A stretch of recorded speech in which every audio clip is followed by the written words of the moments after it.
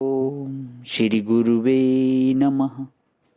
विश्वं दर्पण दृश्यमान नगरीतुल्यं निज आंतर्गतं पश्यन्नात्मनि मायया बहिर्बोधभूतं यथा निद्रया या साक्षात् कुरुते प्रबोधसमये स्व आत्मानम् एव अद्वयं तस्मै श्री गुरुमूर्तये नमः।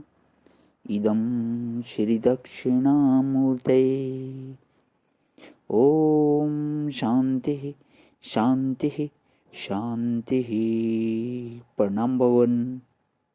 मांडुक्य कारिका प्रवचन व तथ्य प्रकरण से स्वामी श्री अखंडानंद सरस्वती जी महाराज का दिव्य ग्रंथ, जिसमें भगवान पेज नंबर 133 से आगे करते हुए, और हमारा जो है पदार्थ कल्पना का मूल जो है जीव कल्पना है, ये अध्याय चल रहा है। तो आज स्वामी जी बताते हैं कि कई लोगों का ख्याल होता है कि ऊंची कुर्सी पर हम बैठ जाएंगे तो हम बहुत काम करेंगे, वह तो टंग जाएंगे, काम कहाँ से करेंगे। वहाँ तो कई बंधन होते हैं। धरती पर बैठकर जितना काम किया जा सकता है, ऊंची कुर्सी पर बैठकर उतना काम नहीं किया जा सकता। जितने महात्मा हुए हैं उन्होंने धरती पर बैठकर काम किया है, कुर्सी पर बैठकर काम थोड़े ही किया है। बहुत धनी हो जाएंगे तो दुनिया की बहुत सेवा करेंगे, करते होंगे धनी लोग।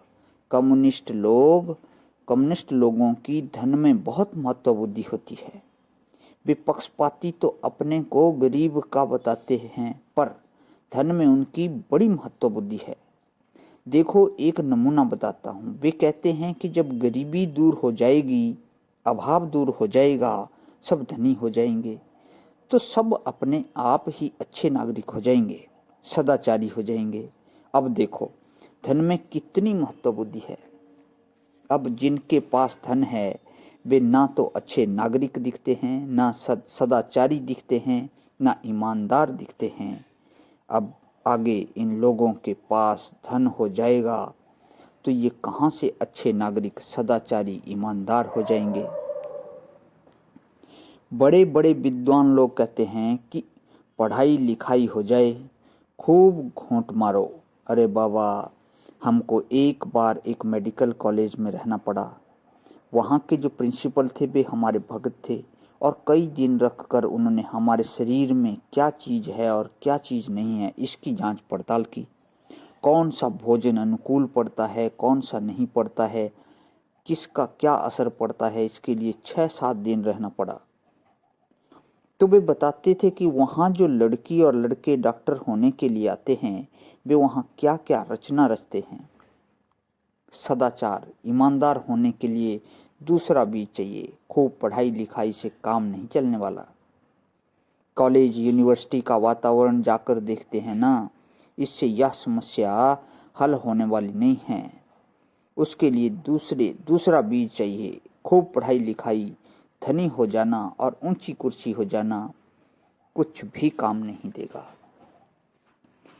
बोले कि रहन सहन का स्तर जरा ऊंचा कर लो। एक बार कश्मीर से कुछ स्त्रियां बुलाई गई और इलाहाबाद के आसपास जो देहात है वहां लोगों का रहन सहन का स्तर ऊंचा करने के लिए भेजी गई।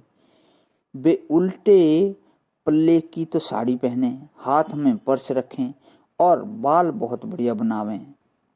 2-3 घंटे सजने संवरने का काम करके तब वे गांव में सुधार करने जाएं। अब गांव की जो बड़ी बूढ़ी औरतें थीं, वे उनसे पूछें कि तुम ब्याही हो कि नहीं हो। यदि कहें कि ब्याही हैं तो वे कहें कि तुम्हारे सामने कैसे तुम्हें आने दिया। वे बोलती कि हम लोग सास की नहीं मानती हैं। अब सास सिर ठोंके कि यदि ये हमारी बहू से मिलेगी तो सिखा देगी कि सास की बात नहीं मानो। किसी ने कहा कि हमारा तो ब्याह ही नहीं हुआ है, हम तो कुंवारी हैं। तब गांव की औरतें कहती हैं कि अरे तुम्हारी माँ बाप कहाँ हैं, इतनी स्वच्छंद हो तुम। वह कहती है कि हमारी जब इच्छा होगी तब ब्याह करेंगे।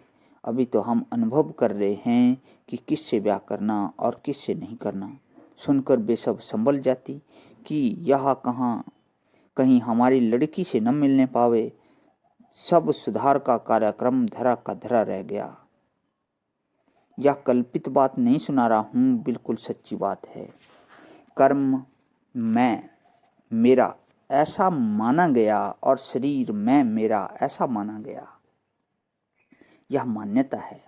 सफाई मत देना कि इस वजह से माना गया। ना समझी से माना तो अपने आप को ब्रह्म न समझने का परिणाम यह हुआ कि अपने को जीव माना, पापी पुण्यात्मा, सुखी दुखी माना, स्वर्ग नरक में जाने आने वाला माना, परिच्छिन्न माना और राग द्वेष मोह काम क्रोध इनके चक्कर में फंस गए। बाहर की सृष्टि में फंस गए, भीतर की सृष्टि में फंस गए। पढ़ाई लिखाई भी वैसी मिली, यादें भी वैसी आई और उन्हीं के चक्कर में पड़ गए। प्रणाम भगवान। आज यहीं विराम। ओम शांति शांति शांति।